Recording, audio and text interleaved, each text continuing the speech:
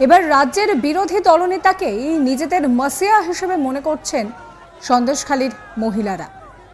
শুভেন্দু অধিকারী পারবেন তাদের বিচার দিতে, তাই সন্দেশখালীতে শুভেন্দু অধিকারী পা রাখতেই চারিদিকে বেজে উঠেছিল শঙ্খ, উলুধ্বনিতে ভরে যায় গোটা এলাকা।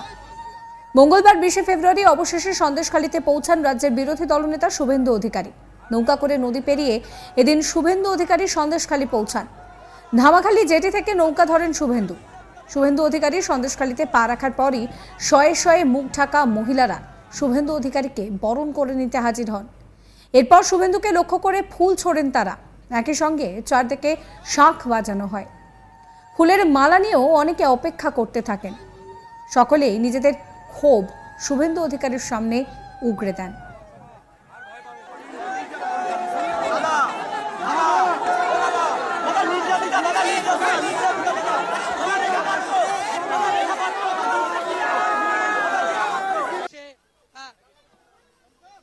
প্রচুর মানুষ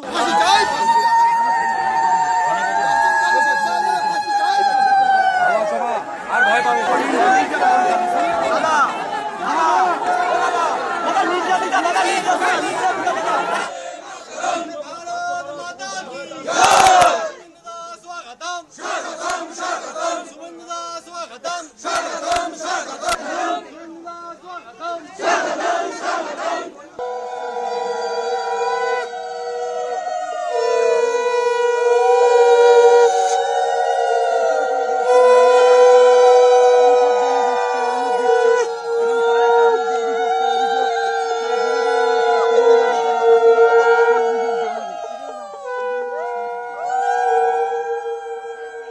এর আগে সন্দেশখালী যাওয়ার পথে ধামাখালীতে শুভেন্দু অধিকারীকে আটকে দেওয়া হয়। সেখানেই বসে পড়ে বিক্ষোভ দেখাতে থাকেন বিরোধী দলনেতা। এরই মধ্যে খবর আসে যে হাইকোর্টে ডিভিশন বেঞ্চ শুভেন্দু অধিকারীকে সন্দেশখালী যাওয়ার অনুমতি দিয়েছে, কিন্তু তার সঙ্গে মাত্র একজন বিধায়ক যেতে পারবেন। এরপরই ধামাখালী জেটি করে তিনি নৌকা করে সন্দেশখালী যাওয়ার পথে রওনা হন। শুভেন্দু অধিকারী সন্দেশখালীতে নামতেই যেন আলাদা উন্মাদনা লক্ষ্য করা গেল সন্দেশখালীতে। মহিলা থেকে পুরুষ সকলেই এগিয়ে আসেন জেটির দিকে। এরপর জেটিতে নেমে যতই সন্দেশখালীর পথে শুভেন্দু অধিকারী এগিয়েছেন, ততই মহিলা ও পুরুষদের রাস্তার পাশে দাঁড়িয়ে অপেক্ষা করতে দেখা গিয়েছে। তৃতীয়বারের চেষ্টায় অবশেষে সন্দেশখালী পৌঁছতে পেরেছেন শুভেন্দু অধিকারী। তবে এবার সন্দেশখালী যাওয়ার পথে ধামাখালীতেও তাকে বাধার মুখে পড়তে হয়। সেখানে মারাত্মক মন্তব্য করেন বিরোধী দলনেতা। বলেন, রাজীব কুমারকে কোমরে দড়ি পরিয়ে নিয়ে আসা উচিত। সন্দেশখালীর পরিস্থিতির জন্য সরাসরি মমতা বন্দ্যোপাধ্যায় এবং তৃণমূল কংগ্রেসকেই দায়ী করেছেন বিরোধী দলনেতা। শুভেন্দু অধিকারী কি বলছেন শোনাবো আপনাদের। আরে ও 144-এর সঙ্গে আমার এবং শঙ্কর ঘোষের কোনো রিলেশনই নেই। আমাদের যে হাইকোর্ট অর্ডার দিয়েছে তাতে স্পেসিফিক করে দিয়েছে সন্দেশখালী জিপিতে আমরা যেতে পারবো। দ্যাট মিনস সন্দেশখালী 2 ব্লক, এবং সেখানে আমরা যাব। আমাদের সেফটি সিকিউরিটি দেবেন স্টেট পুলিশ, তারা দিতে বাধ্য। আর আমাদের লয়ার একটা আন্ডারটেকিং দেবে যে আমরা কোনো প্রভোকেটিং স্লোগান দেব না এবং ব্রিচ অফ পিস করব না। We are ready to comply high court order, but they are not. আপনার মিস্টার কি নাম বললো, জসপ্রীত কি সিং, তিনি বললেন আপনাকে দুটো সেন্টেন্স বলবো, এর বাইরে বলবো না, ভেরি রুথলি। তা তিনি প্রথম বললেন যে নতুন করে সকাল 9টায় 12টা জায়গায় 144 হয়েছে। আল্লাহ, আমার তো 144 সঙ্গে কোনো লেনা দেনা নেই, 144 ধারার সঙ্গে আমার কোনো লেনা দেনা নেই। আমি কোর্ট অর্ডারে এসেছি। তখন সেকেন্ড সেন্টেন্সে উনি বলছেন যে কলকাতা হাইকোর্টে রাজ্য সরকার ডিভিশন বেঞ্চে গেছে, সেই জন্য আপনাকে যেতে দেব। He is the chief justice of Calcutta high court.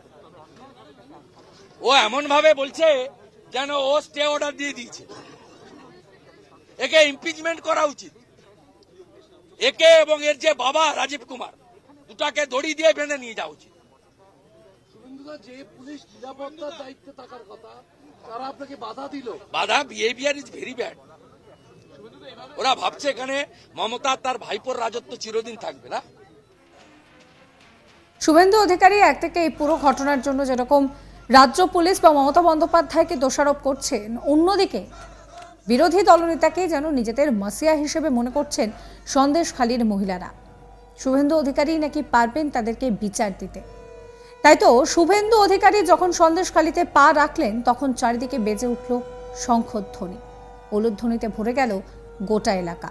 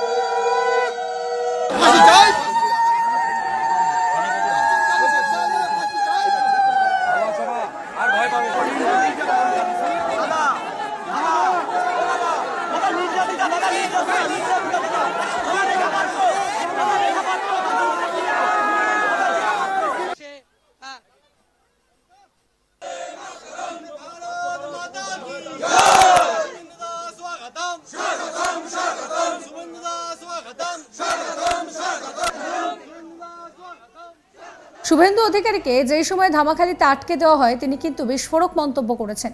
কি বলছেন তিনি শোনাবো আপনাদের। আরে ও 144-এর সঙ্গে আমার এবং শঙ্কর ঘোষের কোনো রিলেশনই নেই। আমাদের যে হাইকোর্ট অর্ডার দিয়েছে তাতে স্পেসিফিক করে দিয়েছে সন্দেশখালী জিপিতে আমরা যেতে পারবো, দ্যাট মিনস সন্দেশখালী 2 ব্লক, এবং সেখানে আমরা যাব। আমাদের সেফটি সিকিউরিটি দেবেন স্টেট পুলিশ, তারা দিতে বাধ্য। আর আমাদের লয়ার একটা আন্ডারটেকিং দেবে যে আমরা কোনো প্রভোকেটিং স্লোগান দেব না এবং ব্রিচ অফ পিস করব না। We are ready to comply high court order, but they are not. আপনার মিস্টার কি নাম বললো, জসপ্রীত কি সিং, তিনি বললেন আপনাকে দুটো সেন্টেন্স বলবো, এর বাইরে বলবো না, ভেরি রুথলি। তা তিনি প্রথম বললেন যে নতুন করে সকাল 9টায় 12টা জায়গায় 144 হয়েছে। আল্লাহ, আমার তো 144 সঙ্গে কোনো লেনা দেনা নেই, 144 ধারার সঙ্গে আমার কোনো লেনা দেনা নেই। আমি কোর্ট অর্ডারে এসেছি।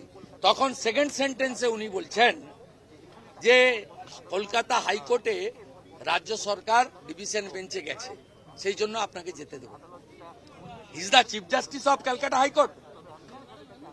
ও এমন ভাবে বলছে যেন ও স্টে অর্ডার দিয়ে দিয়েছে। একে ইমপিচমেন্ট করা উচিত। একে এবং এর যে বাবা রাজীব কুমার, দুটাকে দড়ি দিয়ে বেঁধে নিয়ে যাওয়া উচিত। যে পুলিশ নিরাপত্তার দায়িত্বে থাকার কথা, তারা আপনাকে বাধা দিল। বাধা, বিহেভিয়ার ইজ ভেরি ব্যাড। ওরা ভাবছে এখানে মমতা তার ভাইপোর রাজত্ব চিরদিন থাকবে না। সমস্ত খবরের আপডেটের জন্য সাবস্ক্রাইব করতে ভুলবেন না আজ তাক বাংলার ইউটিউব চ্যানেলকে, ফলো করবেন আজ তাক বাংলার হোয়াটসঅ্যাপ চ্যানেলও।